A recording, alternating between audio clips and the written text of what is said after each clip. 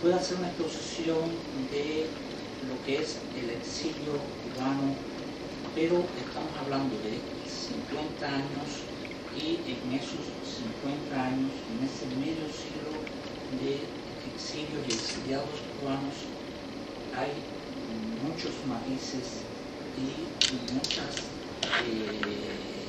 motivaciones para el exiliado cubano. Entonces, en toda esta exposición sobre el exilio cubano, pues yo quería saber un poco cuáles eran esas motivaciones de vuestra presencia aquí, y algunos me dijeran qué buscaban un poco en esta conferencia, si era sencillamente algo académico, si había realmente motivaciones un poco más allá de conocer las situaciones de los pueblos que están oprimidos, que no tienen libertad, etc. I am really interested and motivated to know more about the root and history of other countries, and that's why I want to hear it from someone who really lived it, through it, and can have his own feeling and his own point of view on the situation. That's really important for me, and that's why I'm really happy to have this opportunity to listen. Sí, que está encantada de tener a ustedes aquí porque está muy interesada en saber de primera mano, por experiencias personales, cuál es la verdadera historia del día a día en este tipo de pueblos. Por eso le gusta este tipo de conferencias en las que se sabe de primera mano cuáles son las circunstancias. Yes, well, in my country, Finland, our history education is incredibly self-absorbed. So when I was confronted with the concept of exile, I realized that I actually knew unacceptably little about exile outside of my own country, and I really don't think there's a better way to learn than this. So that's why I'm here.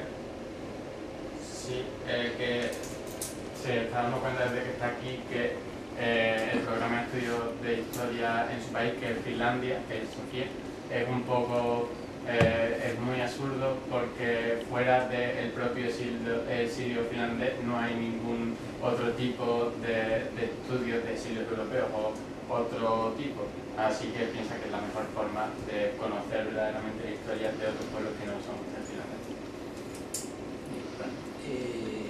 Muchas gracias. La mejor forma de conocer una historia es conocer todas las versiones de esa historia, porque a lo largo de los tiempos en que pasa la historia, ustedes verán que se modifican cuestiones sustanciales o no de esa historia, y dependerá un poco de quién la cuente y cómo la quieran contar.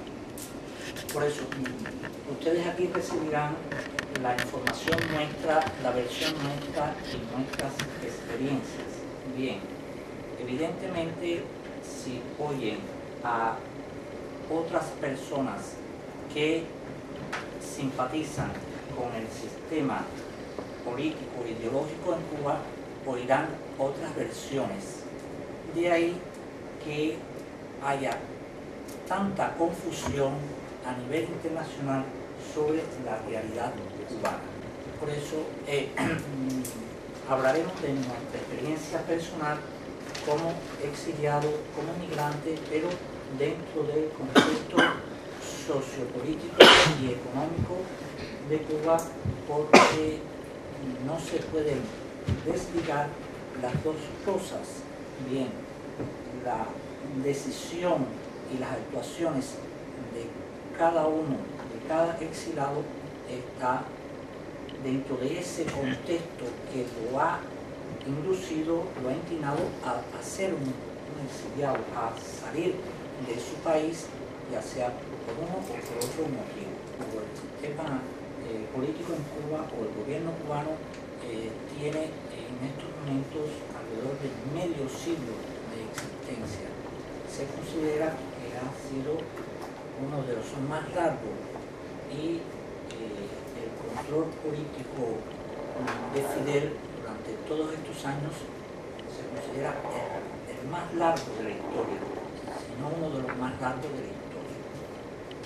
En esos 50 años ha habido una gran emigración de cubanos al extranjero, muchos que caen dentro de la categoría de exiliados, y las circunstancias de ese exilio a lo largo de 50 años son muy variadas en el contexto de tipo económico, político, social de Cuba y en el contexto de cada individuo, de cada exiliado.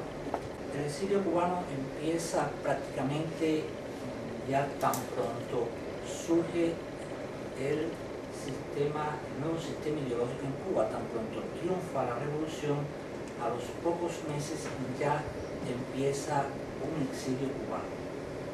Ese exilio cubano en un principio fue porque hubo una represión muy importante sobre algunas de las personas que ocupaban cargos, o sencillamente algunas de las personas que fueron señaladas como opositores por el gobierno cubano, y empezó una purga desde el principio, y ya eso motivó un importante exilio.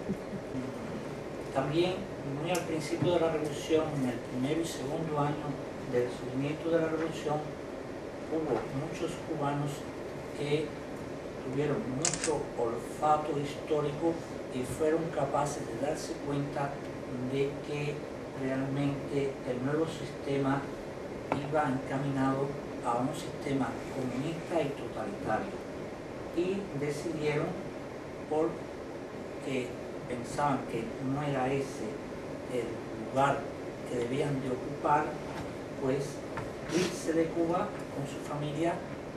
También muchos tuvieron dificultades económicas porque les quitaron sus propiedades ya desde el principio de la revolución. Eso se empezó a hacer, y entonces, al ver el cambio radical del sistema que sobrevenía, pues entonces decidieron irse de Cuba. Esa es la primera, por decir así, oleada de exiliados que va a empezar en Cuba. Bien. ¿Cuál era la situación socioeconómica y política en Cuba en el año 1959? ¿Qué ocurre? ¿Cuáles son los antecedentes que hacen que surja el triunfo de la revolución, y cuál es la realidad de esa Cuba en esa época, en esa década y en ese año? Realmente Cuba, desde el punto de vista político, en la década del 50, pues había un gobierno no constitucional, y eso irritaba un tanto a el pueblo cubano, que siempre ha sido muy amante de la libertad. Esa situación, junto con algunas diferencias sociales reales que había en Cuba en cuanto a sanidad, educación, corrupción, etc., hizo que se mirara con mucha complacencia y con mucho apoyo a los famosos guerrilleros cubanos, o sea, el grupo de Fidel que estaba luchando por un cambio, porque ellos tenían en su programa político, por decir así, que habría un cambio para obtener libertad, igualdad, derechos, acabar con la corrupción y con esos problemas reales que había en Cuba en ese momento. Pero eso era parte de la verdad, eso era parte de la realidad socioeconómica y política que había en Cuba, porque realmente Cuba en el año 59 era uno de los países con mayor desarrollo socioeconómico, político y con mayores libertades constitucionales de toda América Latina y quizás de muchos países del mundo. Por eso yo les voy a leer unas pequeñas estadísticas para que tengan idea de cuál es la realidad cubana. Yo les voy a leer, traduciendo bien, algunas cosas, unos aspectos estadísticas importantes que puedan ilustrar esto. Como todas las estadísticas, pues,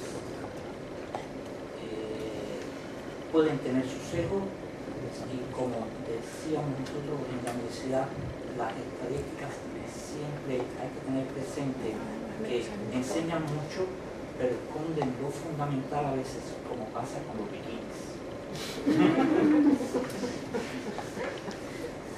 Pero las estadísticas siempre hay que verlas con una visión un poco más allá. Por eso yo mismo, pues ya de antemano, lo digo para que se sepa que pues, siempre tienen un sesgo.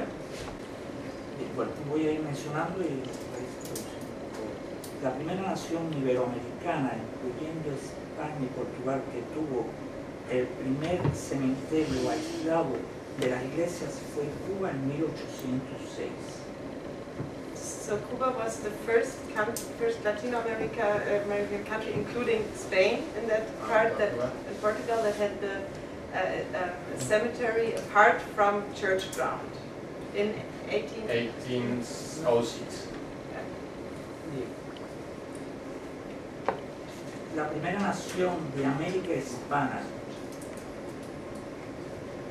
que usó máquinas y barcos de vapor fue Cuba en 1829. So Cuba was also the first Hispano-American nation who used the steamboats. La primera nación de Iberoamérica y la tercera del mundo tras Inglaterra y Estados Unidos que tuvo ferrocarril fue Cuba en 1837. So in 1937, Cuba became the third country who had a train rail. 1837, a train rail. Railways. Yeah. After USA and Great Britain. Fue un cubano el primero que aplicó anestesia con éter en Iberoamérica en 1847. One Cuban was the first one who used anesthesia with alcohol. Sí, anestesia con Alcohol in 1947. Use anesthesia with ether. Sí. Recordar que esa fue la primera forma de anestesia a través de lo habrán visto más.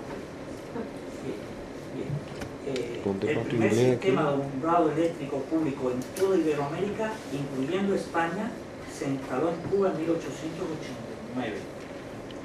It was also the first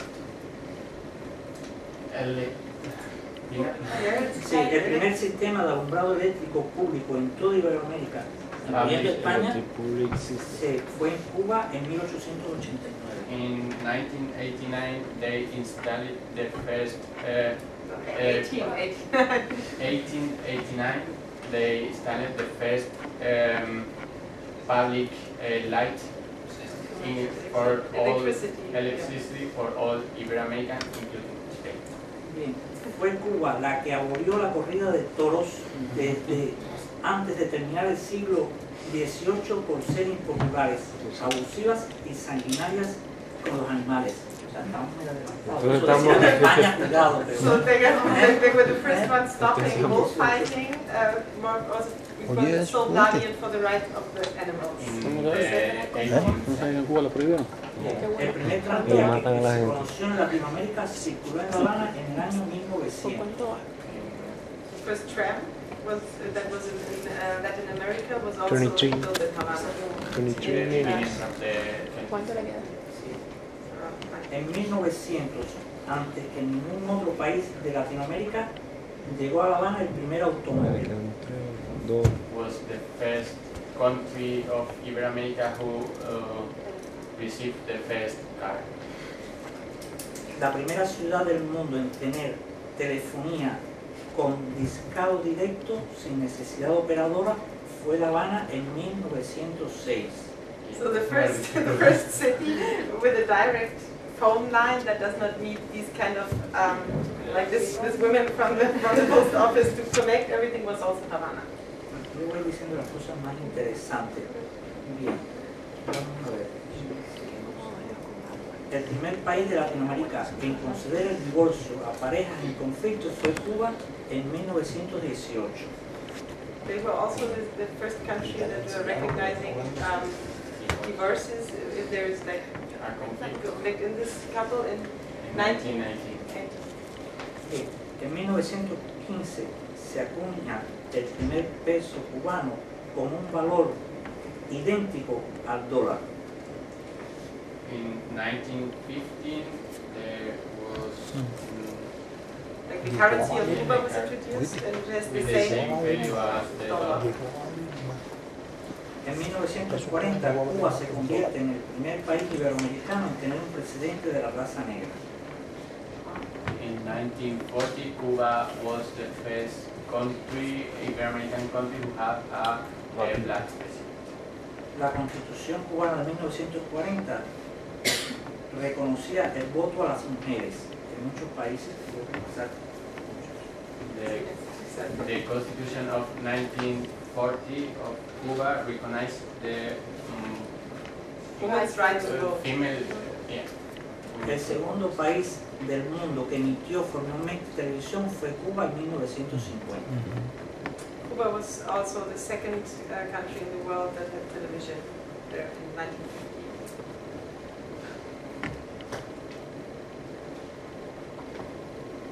En 1959 Cuba es el segundo país de Iberoamérica con menor mortalidad infantil. In 1959, Cuba is the second country of Latin America with less infancy mortality. En 1958 Cuba es el segundo país del mundo en difundir televisión a color. It is, and also not only having television, they were also the second one having the television in color. Bien, no los voy a abrumar con datos, pero con esta información donde aparecen datos acerca del desarrollo científico, técnico, tecnología, derechos humanos, se pueden ustedes hacer una idea medianamente objetiva de que Cuba en la década de los 50 no era un país donde todavía se andaba con taparrabos y arcos y flechas.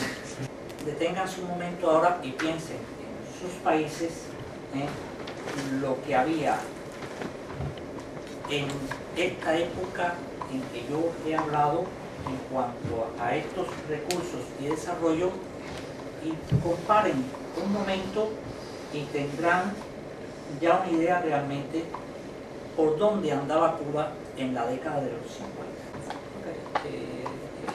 Algún español. ¿Cuándo hubo televisor a color en España? 70 la década de los 70. En Cuba en 58. Y En el ferrocarril no, 58. apareció 10 años después en Cuba. Pero Cuba era una colonia. A color, Sí. a color. Es una colonia. A color. Pero por eso estamos describiendo que eso es. Vamos a ver. Por supuesto tenía la influencia de la metrópoli y la influencia de la idiosincrasia del pueblo cubano, emprendedor, trabajador, y lo que estoy describiendo, estoy tratando de ser descriptivo de lo que había en Cuba. ¿Por qué? Porque esto es un argumento un tanto en contra del mito de la Revolución Cubana, de que Cuba era un desastre en todos los sentidos, bien, y que por eso hacía falta la Revolución Cubana y los matices ideológicos que tomó después. La realidad es que en 1959 triunfa la revolución, bien, y ya pues empieza esta primera oleada de inmigrantes, de exiliados, de gente que se tiene que ir, de ciudadanos, de cubanos que se empiezan a ir, unos por la situación política, otros por la situación económica y en la mayoría por la suma de las dos cosas. Decir una cifra de la cantidad de cubanos que han abandonado Cuba por distintos motivos, o sea, se han exiliado, se han emigrado, de forma exacta es imposible, pero se calcula que al menos 2 millones o más de cubanos han emigrado al extranjero. En total, en los 50 años. Sí, más de 2 millones. Okay, it is very hard to Si tenemos una población de alrededor de 10 millones, 11 millones, pues eso es mucha emigración. A eso So they have a population of 10, 11 million people, so 2 million out of that is a really high number of people. La migración cubana ha sido a muchos países, todo el mundo, pero evidentemente la tierra prometida, por decir así, de los cubanos que han emigrado ha estado en Estados Unidos, por la cercanía, porque también había unos lazos históricos ya establecidos, bien, y es donde realmente después, al formarse los grupos migratorios, ustedes saben que eso atrae a nuevos emigrantes y entonces realmente la mayor cantidad de cubanos emigrados están, o exiliados o salidos de Cuba, están en Miami, pero hay muchos exiliados en toda América Latina, en España también son muchos los cubanos que estamos, han sido 50 años de exilio y ha habido mucho tiempo para ese exilio. Muchos países de América Latina y España también han sido utilizados por los exiliados cubanos como puente para finalizar su exilio en Estados Unidos por la cantidad de familiares que muchos de ellos ya tenían ahí y porque también hay leyes en Estados Unidos que favorecen que los cubanos obtengan una situación de legalidad en el país y eso evidentemente ha facilitado un tanto esa nucleación en Estados Unidos. Entonces, en estos 50 años de migración, donde estamos hablando de casi 3 generaciones ya, pues ha habido una emigración sistemática de un goteo continuo y ha habido momentos en que se han originado grandes momentos de emigración que fueron en parte propiciados por el gobierno cubano para servirle de válvula de escape a la tensa situación que había en Cuba. La primera gran migración fue la llamada migración de Camarioca y la otra la de la Embajada del Perú, que el gobierno permitió una salida muy masiva de cubanos en ese momento.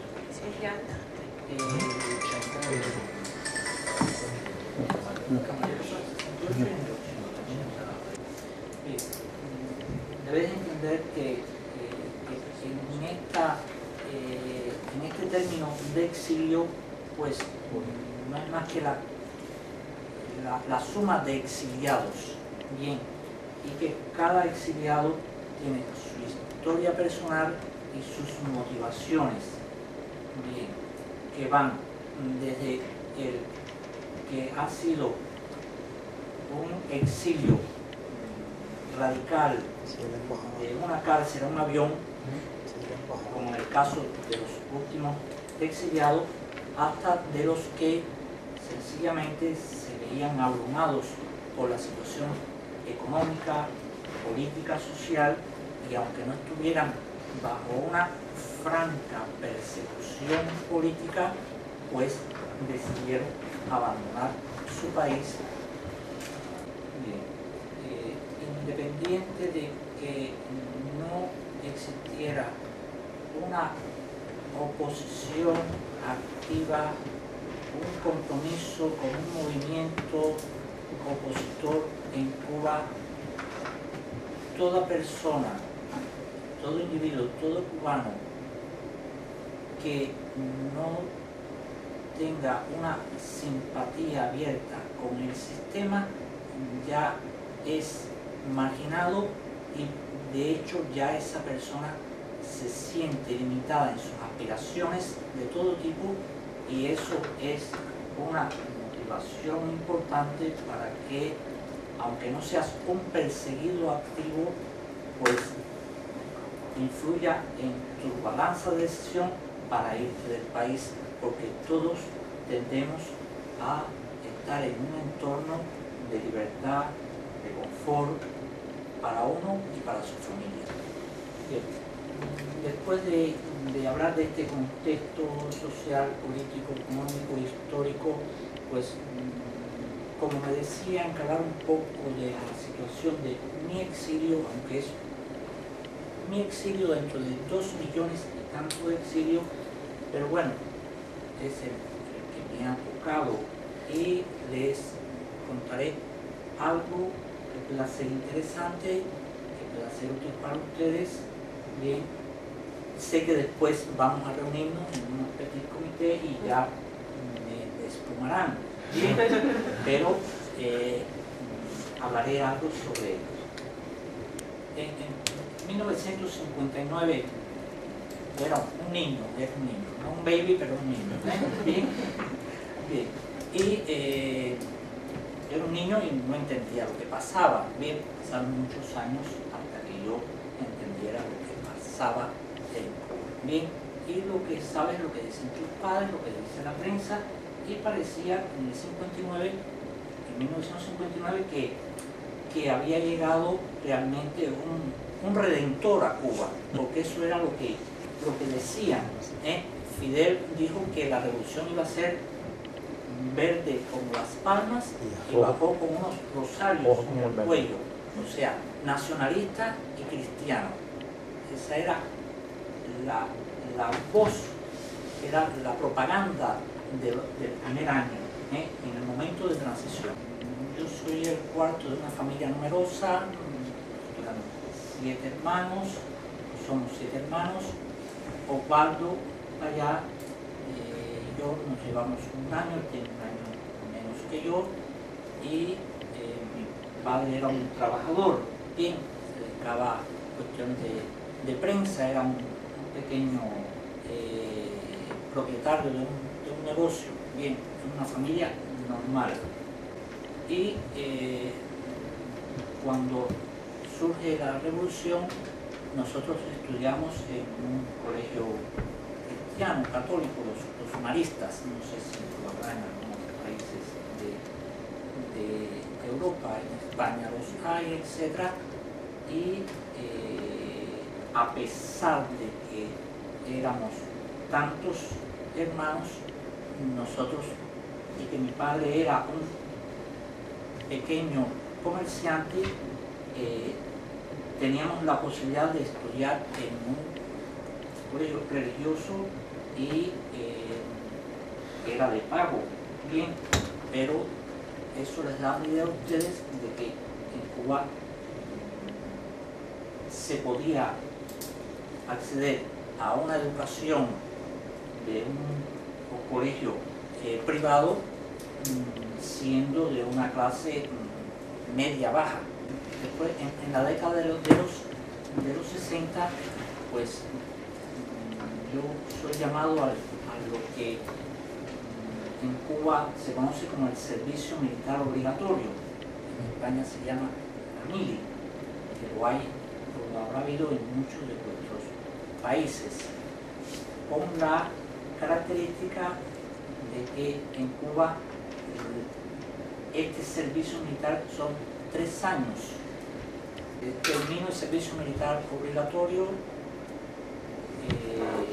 3 años, me incorporo a la universidad, me hago médico, me hago especialista, bien, y en ese transcurso de tiempo mi hermano Osvaldo es llamado también al servicio militar. Pero Osvaldo era un poco más inquieto y era un poco más contestón, un poco más de irse de la lengua, y si bien yo estudié en el servicio militar, o mejor dicho, hice el servicio militar y pude estudiar el instituto mientras que hacía el servicio, él fue enviado a centros militares de castigo. Yo pienso que en aquella etapa de la vida de mi hermano se fue forjando su personalidad y sus aspiraciones de buscar una vía de libertad para Cuba. Después de eso, yo sigo mi camino como profesional bien, en los hospitales cubanos. Recordar que toda la sanidad en Cuba y todo en Cuba es estatal, bien, y Osvaldo, cuando termina ahí en el servicio militar obligatorio, también empieza sus estudios en la universidad, y desde aquella época él empieza también unas pequeñas reuniones en la parroquia, la iglesia, centro parroquial, donde visitábamos de niños, y crea un pequeño grupo de reflexión política que se llamó la Peña Cubana de la Parroquia del Cerro, que fue el germen de lo que él iba a hacer después desde el punto de vista político. Él sigue trabajando en su línea como profesor también, ejerció como profesor un tiempo, dentro de su especialidad estudió licenciatura en física, después también se hizo ingeniero eléctrico, y ya en los años, a principios de los 80, yo personalmente estimé que la situación política en Cuba era bastante difícil para el desarrollo de mis hijos.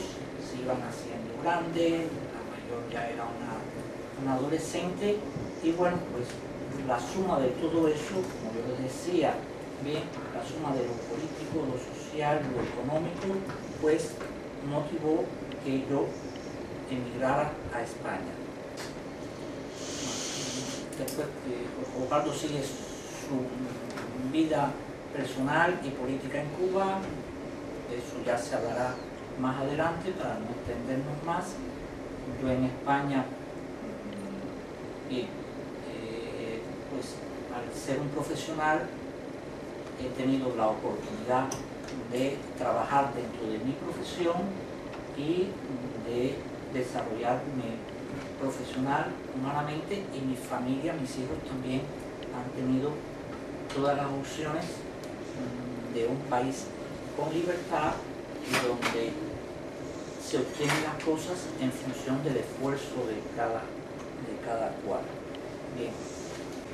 Bueno, para finalizar,